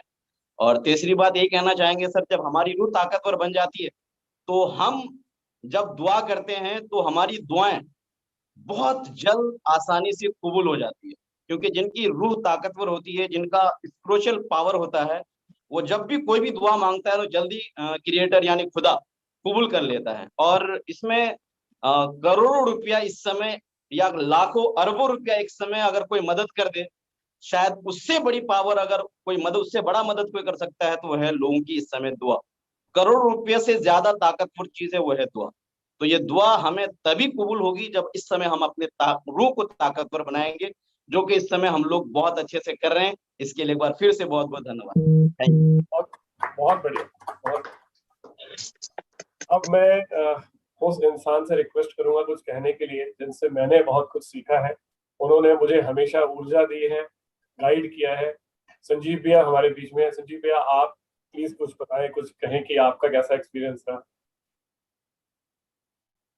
सबको पहले हाथ जोड़ के राम राम मेरे भाइयों, सबको राम राम। राम राम सर, नमस्कार। दोस्तों, रोम श्री, पहले तो आपका बहुत बहुत धन्यवाद। सरबजीत भाई, आपका भी बहुत बहुत धन्यवाद, क्योंकि आपने जो आज से 3 दिन पहले फोन करके बोला था कि ऐसे ऐसे शुरू करने की सोच रहे हैं, तो आपका क्या ओपिनियन है। तो जब मैंने सरबजीत को उनकी 2 मिनट बात सुनी तो मुझे लगा कि यार ये बहुत ज्यादा अच्छा आइडिया है, पर इस बारे में आप जरूर इसको करें, लेकिन क्या आप थोड़ी देर और बात कर सकते हो। तो मैंने बोला ये जो थोड़ी देर और बात करने को बोल रहा हूँ, इसका मतलब ये बिल्कुल नहीं है कि इससे ये डिसाइड हुआ कि हम करें या ना करें। ऐसा नहीं है, इसको करना चाहिए, लेकिन आप थोड़ी देर और बात करो ताकि मुझे थोड़ा और अच्छा लगे। ये बहुत सुनने में बहुत ज्यादा अच्छा है, ये मन को सुकून देने वाला है, मतलब आपके दिमाग को और नॉलेज दे रहा है और रिलैक्स कर रहा है। क्योंकि मैंने रोमश्री बहुत ना इन सब मतलब इस तरह की प्रैक्टिसेस को नहीं किया है, तो मुझे कनेक्ट करने में थोड़ी परेशानी आ रही है अभी भी, है ना। मैं कभी कनेक्ट होता हूँ, कभी हट जाता हूँ, फिर कोशिश करता हूँ। तो जैसे जैसे आप बोलते हैं मैं इमेजिन करता हूँ और कोशिश करता हूँ कि मैं कनेक्ट करूँ, बीच में हट जाता हूँ, फिर कोशिश करता हूँ। पर हाँ, डे बाय डे, आज तीसरा दिन है तो मैं पहले दिन से आज काफी बेहतर हूँ। लेकिन आज एक चीज ऐसी हुई, जब आपने बोला कि 3 अपनी अचीवमेंट्स आप सोचें कि वो कौन कौन सी हैं, तो मैं वो 3 अचीवमेंट्स अपनी फ्यूचर में नहीं सोच पाया, मैंने अपनी बीती हुई जिंदगी में ढूंढी। तो एक ऐसी हैरानी वाली बात मेरे सामने आई, जिसको कि अभी सब लोग बात कर रहे थे, तो मैं उन्हीं 3 बातों को सोच रहा था कि क्या यही बेहतरीन बातें हैं, क्या यही बहुत अच्छी हैं। अभी तक मैं कहीं पहुंचा तो नहीं, पर मुझे इससे बेहतर कोई बात नहीं लगी। मैं 3 बातें अगर कहो तो कम शब्दों में बताने की कोशिश करता हूँ। चेतन भाई को शायद मैंने ये बात पहले बताई है। पहली वाली बात जो है मैं भूल गया था, वो मेरी माँ ने मुझे याद दिलाई वो बात। जैसे कहीं हम परिवार में बैठ के बात कर रहे थे तो उन्होंने बोला ये ऐसा था, तो उस घटना के बारे में मुझे याद आया। मैंने बोला हाँ माँ ये तो हुआ था, पर मैं भूल गया था वो क्या हुआ था। मैं जब हम जिंदगी के काफी गरीबी के दौर में थे और सर्दियों के दिन थे, और मेरे पास एक लेदर की जैकेट थी, और वो लेदर की जैकेट थी पैचेस वाली, जो जैसे टुकड़ों को काट के जैकेट बनाई जाती है ना, जो कि सबसे सस्ती मिलती है। अलग अलग रंग के टुकड़े होते हैं, जिससे कि उसको डिजाइन नहीं चाहिए होता, आपको अपनी ठंड किसी तरह रुक जाए उसके लिए आपने एक जैकेट ली होती है ना। वो एक ही इकलौती जैकेट थी मेरे पास, और मैं रात को कहीं से आ रहा था, तो हमारे जहां हम रहते थे उसके पास में खाली प्लॉट था, उस प्लॉट में एक गाय ने बच्चा दिया था, एक बछड़े को जन्म दिया था। तो मैंने देखा कि ये गाय का बछड़ा और काफी ठंडा, मुझे लगा ये तो बछड़ा रात को जी नहीं पाएगा, इतनी ठंड है, तो इसको क्या किया जाए। तो मैंने वहां से सामने वाले घर में हिम्मत करके, क्योंकि रात को 10:30-11 बज गए थे, नॉक करके उनको बोला जी मुझे एक फोन करना है, मैं कर लूं। मैंने अपने पड़ोसी घर में फोन करा और उनको बोला आंटी मेरी मम्मी को बुला दो, मुझे उनसे बात करनी है, तो जरूरी है। तो उन्होंने बुला दिया। तो मेरी माँ को मैंने बोला माँ ऐसे ऐसे गाय ने एक बछड़ा दिया है और यहाँ बहुत ठंड है, ऐसे तो मर जाएगा, क्या करूं मैं। तो क्योंकि मैं पैदल आ रहा था, मेरे पास कुछ था नहीं, तो उन्होंने बोला कि कोशिश कर इसके आसपास आग जला दे, अगर कुछ मिल जाए तो, और 3 तरफ से जलाना, एक तरफ खुला छोड़ना, तो थोड़ा सेक बढ़ जाए तो उठ के जा सके। मैंने कहा ठीक है माँ। तो मैंने उन जिस परिवार ने मुझे फोन करने के लिए दिया था उनको मैंने धन्यवाद किया, मैं बाहर आ गया। तो अब मैंने वहां ढूंढा, कुछ मुझे आग के लिए कुछ नहीं मिला। एक छोटा सा रस्सी का टुकड़ा था और एक 1/4 साइज ऑफ अखबार का टुकड़ा था, लेकिन वो भी गीला हो गया था ओस पड़ने से। तो कुछ माचिस वसी कुछ नहीं था। तो मुझे कुछ समझ नहीं आया। तो क्या हुआ कि पता नहीं कैसे मेरे को एक ऐसे आइडिया आया, मैंने अपनी जैकेट उतारी और मैंने उस गाय के बछड़े पर डाल दी और नेचर को ये कहा कि भाई भगवान मेरे पास यही सामर्थ्य है, मतलब मैं इससे बेहतर कुछ भी नहीं कर सकता। अब अगर ये बछड़ा हिलेगा तो ये जैकेट गिर जाएगी और कोई दोबारा डालने वाला नहीं है और मुझे घर जाना है। तो मैंने अपनी तरफ से अपना जो कर सकता था मैंने किया, और बाकी आप जानो, और ये सिचुएशन जो भी है। और मैं घर आ गया वहां से।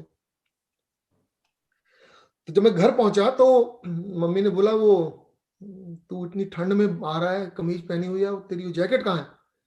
तो मम्मी ने दरवाजा खोला था। मैंने बोला माँ वो मैं दोस्त के घर था, वहां रह गई, मुझे दोस्त कुछ ऐसे ही झूठ बोल के मैंने बताया नहीं। मैंने बोला कि ऐसे ऐसे वो दोस्त के घर रह गई है, मैं कल ले आऊंगा। कह अच्छा।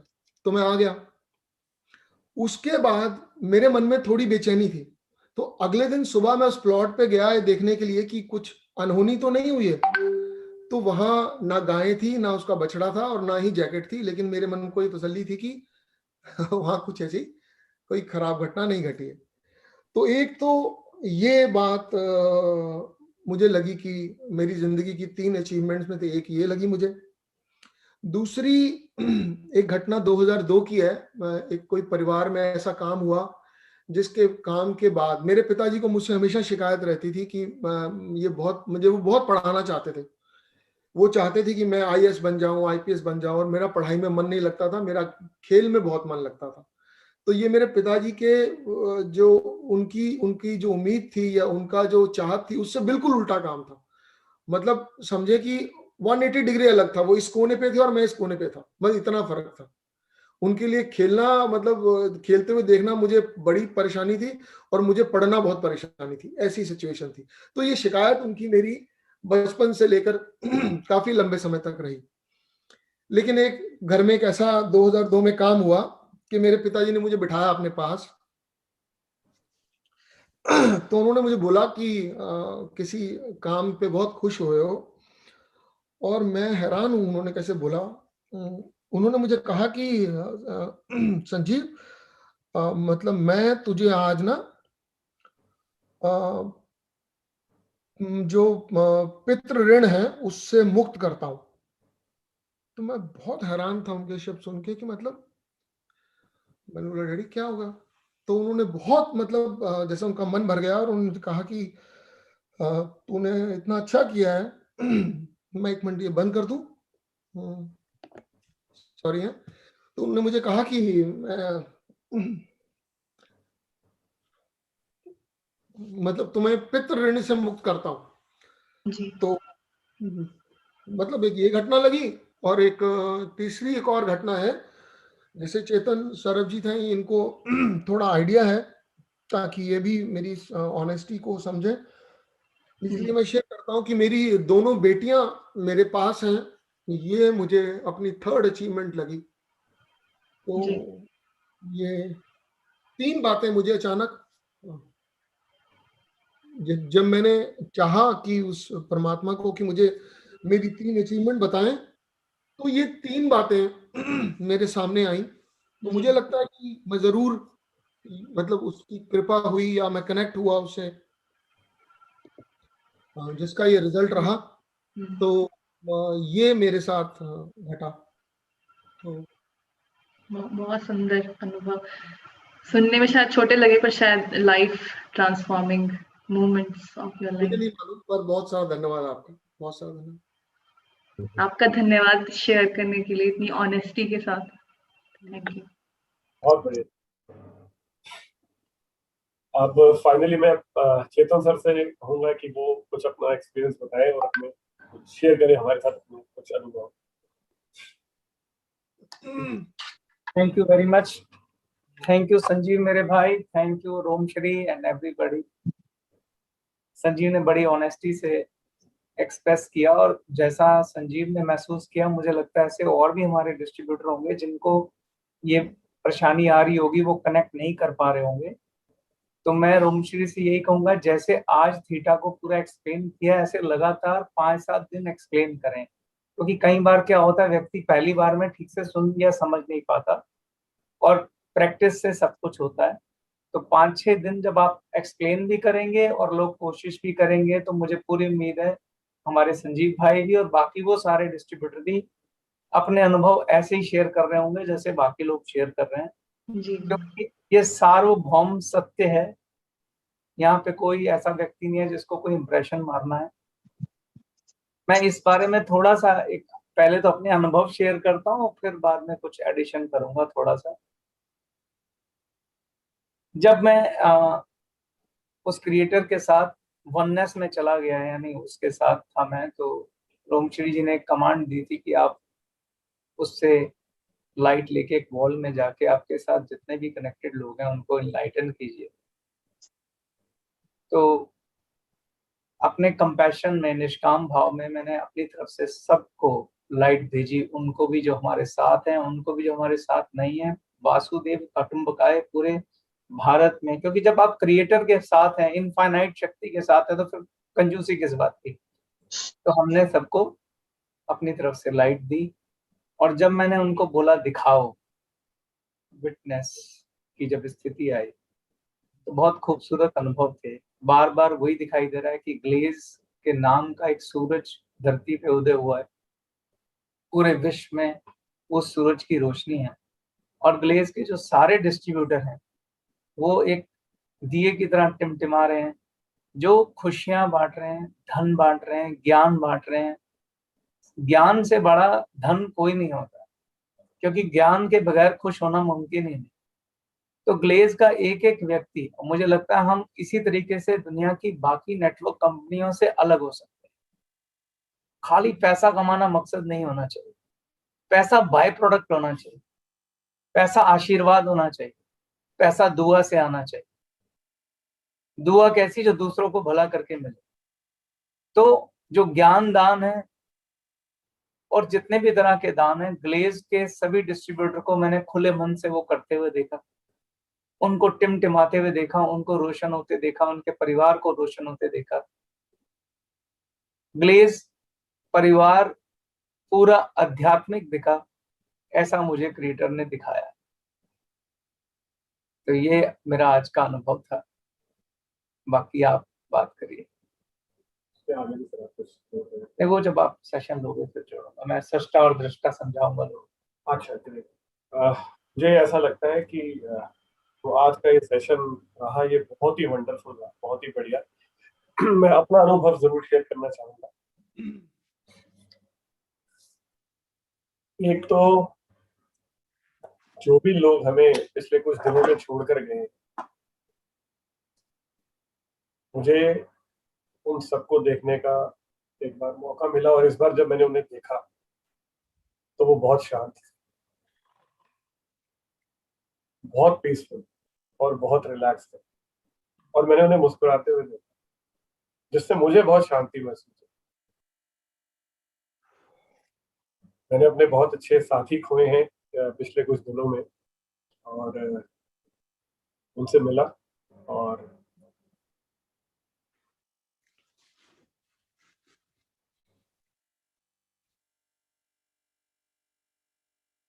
बहुत अच्छा लगा। और जैसे अभी बाकी सबने कहा, तो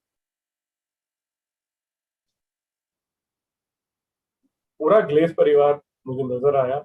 सब लोग एक साथ दिखे, खुश दिखे, मुस्कुराते हुए। और सबसे अच्छी बात ये थी कि अब जो ये परिवार है, जैसे अभी चेतन जी ने कहा, ये सिर्फ पैसे से नहीं बढ़ा। मैंने जो वो लोग देखे वो आध्यात्मिक रूप से, बौद्धिक रूप से, मतलब जो 4 हेल्थ की मैं बात करता हूँ, वो चारों हेल्थ में वो हर तरह से परफेक्ट। और वो इतने वंडरफुल लग रहे थे, इतने शानदार लग रहे थे। मतलब मुझे ऐसा लग रहा था कि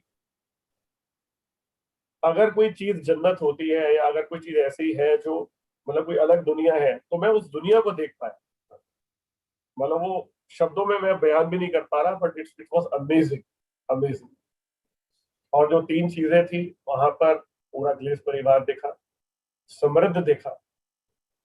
ये वो लोग दिखे पूरे परिवार में जो अब निस्वार्थ प्रेम करना जानते हैं, बेशर्त प्रेम करना जानते हैं, लोगों की मदद करना जानते हैं, कंपैशन जानते हैं।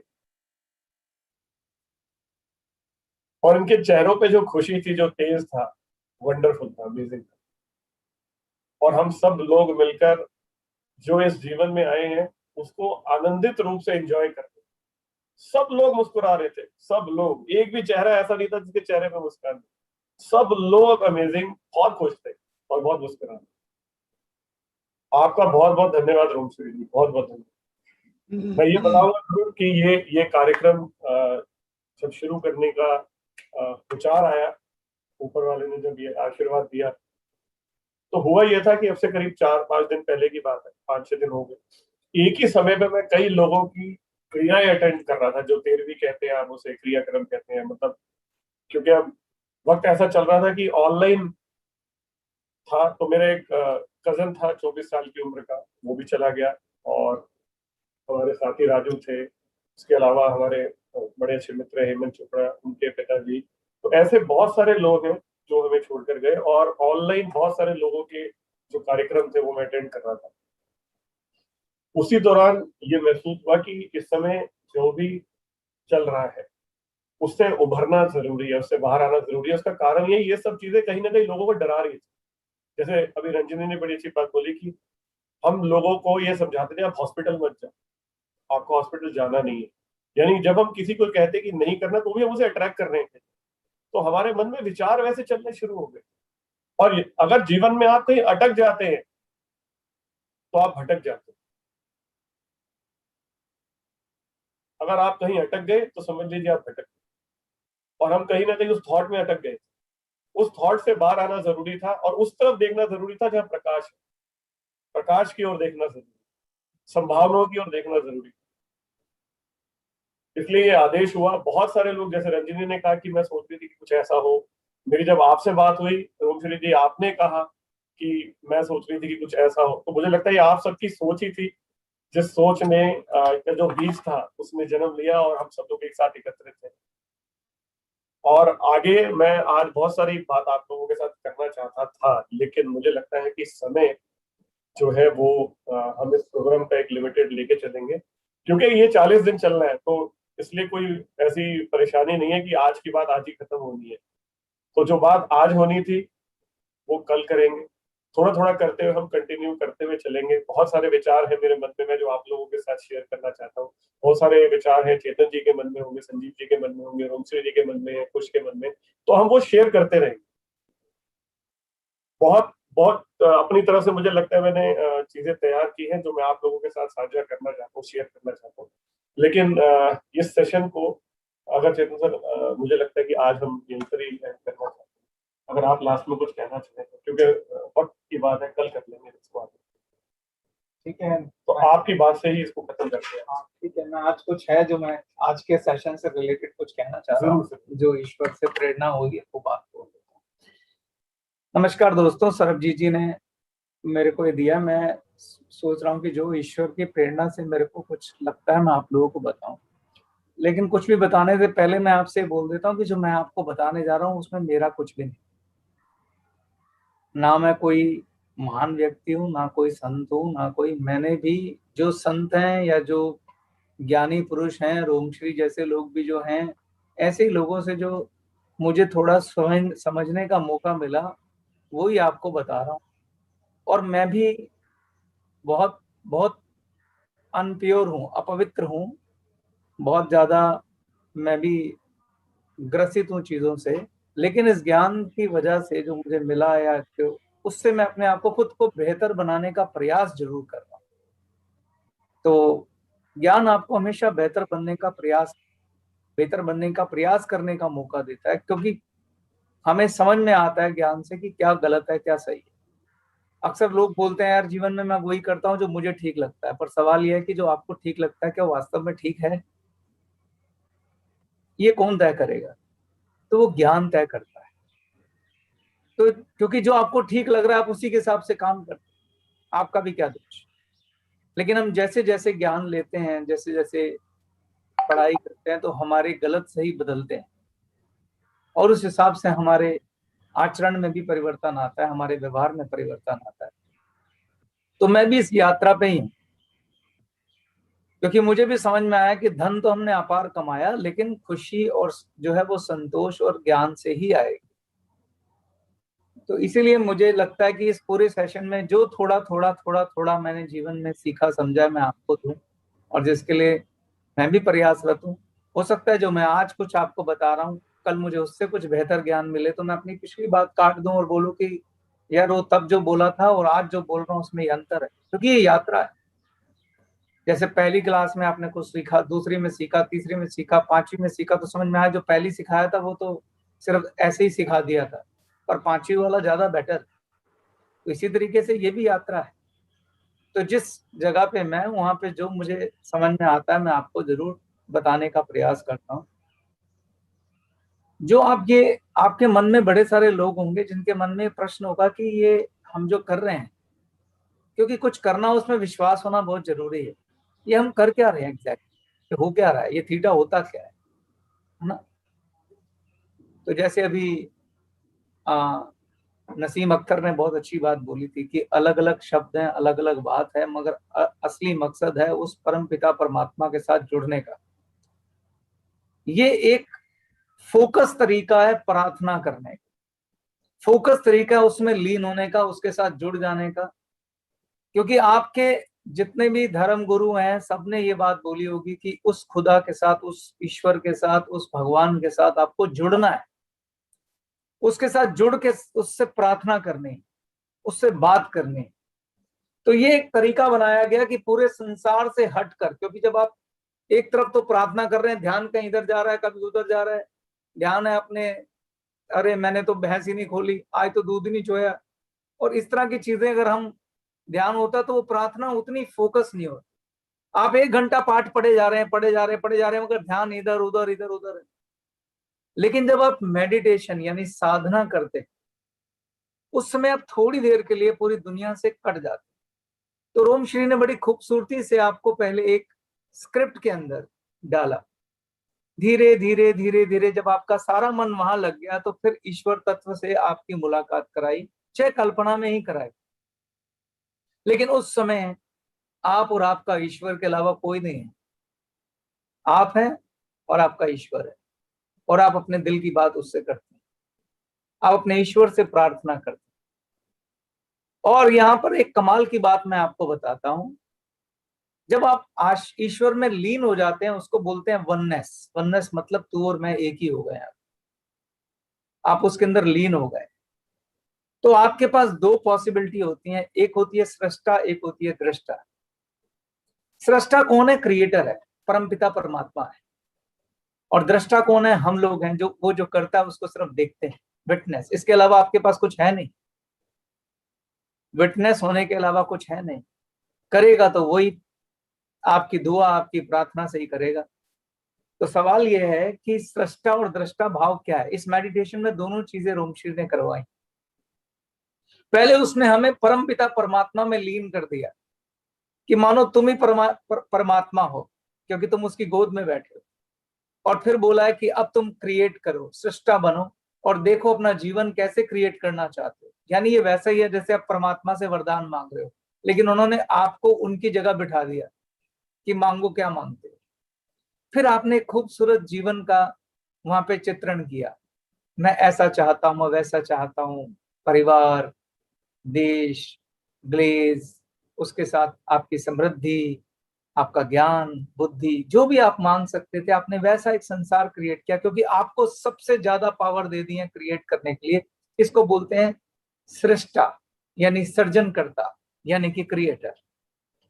फिर आपने उनसे बोला कि हे प्रभु, अब मैं विटनेस हूं, मुझे दिखाओ कि क्या होने वाला है। मांग तो लिया, तो भविष्य में क्या होने वाला है। फिर आपने उसको देखा, उसकी कल्पना। तो जब वो आप देखते हैं तो फिर आप कहते हैं इट्स डन, यानी परमात्मा कहते हैं ये हो चुका है, बस इंतजार करो। इट्स ऑलरेडी डन, ये सब हो गया है, बस इंतजार करो। तो ये जो फोकस होके प्रार्थना है, जो भी रोमशरी आपको बोल रही थी कि मैंने आपको पहले दिन बोला था, सबकॉन्शियस माइंड की जो पावर है बहुत पावरफुल होती है वो पावर, लेकिन उसको हाईएस्ट कमांड इसी तरीके से दी जाती है। तो ये 99% सक्सेसफुल रहता है, प्रोवाइडेड आप पूरा फोकस होके और पूरा विश्वास करके ये क्रिया करें, वो परमात्मा पे 100% भरोसा करके करें, तो ये आप सृष्टा भी बन जाएंगे और आप दृष्टा भी बन जाएंगे। हम अदरवाइज ये कर नहीं पाते। हम सब लोग भगवान में विश्वास करते हैं, प्रार्थना करते हैं, मंदिर में जाते हैं, घंटी बजाते हैं, लेकिन ऐसे थोड़ी देर बैठकर उसके साथ जुड़ते नहीं है। तो ये जुड़ने का प्रोसेस, ये मेडिटेशन उसके साथ खुद को जोड़ने की एक क्रिया है। और अब तक जो मैं बाकी बातें आप लोगों के साथ कर रहा हूं, उसमें मैं ज्ञान को बहुत तवज्जो दे रहा हूं। जानते हैं क्यों मैं ज्ञान को तवज्जो दे रहा हूं? थोड़ी देर के लिए एक प्रश्न है मेरा आपसे। मानो कि आपके सामने ईश्वर खड़ा हो गया और उसने बोला मांगो, क्या मांगते हो? अब मुझे बताइए कि अगर बुद्धिमान व्यक्ति अच्छा मांगेगा या मूर्ख व्यक्ति अच्छा मांगेगा? बुद्धिमान व्यक्ति। बुद्धिमान व्यक्ति। तो जब आपके पास ज्ञान होगा तो आप श्रेष्ठ मांगेंगे। जब आपके पास सद्बुद्धि होगी आप श्रेष्ठतम मांगेंगे। इसलिए ईश्वर से पहली चीज मांगो कि सद्बुद्धि दे दे। जैसे सद्बुद्धि मांगोगे, इससे बड़ी चालाकी कोई हो नहीं सकती, क्योंकि सद्बुद्धि आई तो तुम वो मांगोगे जो सबसे श्रेष्ठ है, जो सबसे अच्छा है, जो सबसे बड़ा है। ईश्वर आपको समुद्र देने को तैयार है, तो आप नाली क्यों मांग रहे हैं? तो इसीलिए ज्ञान और सद्बुद्धि पहली मांग होनी चाहिए। सबसे पहली मांग होनी चाहिए कि सद्बुद्धि दे दे ईश्वर। जब वो सद्बुद्धि दे देगा तो फिर आगे जो मांगोगे वो हाईएस्ट मांगोगे। रोमशरी ने एक चीज बोली थी बीच में कि इनका भला करना हाईएस्ट वे में, सबसे ऊंचे तरीके से।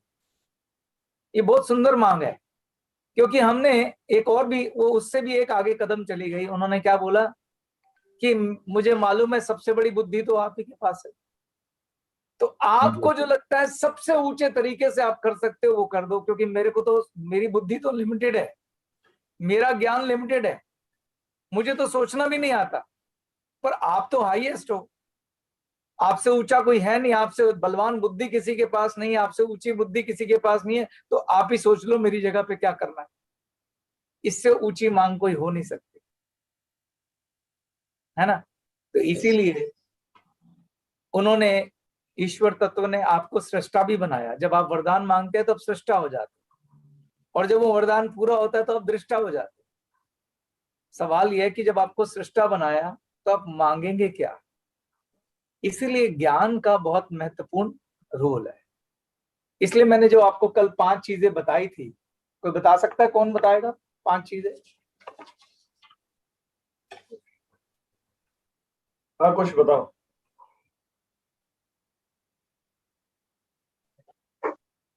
सबसे पहले चेतन सर आपने बताया था ज्ञान,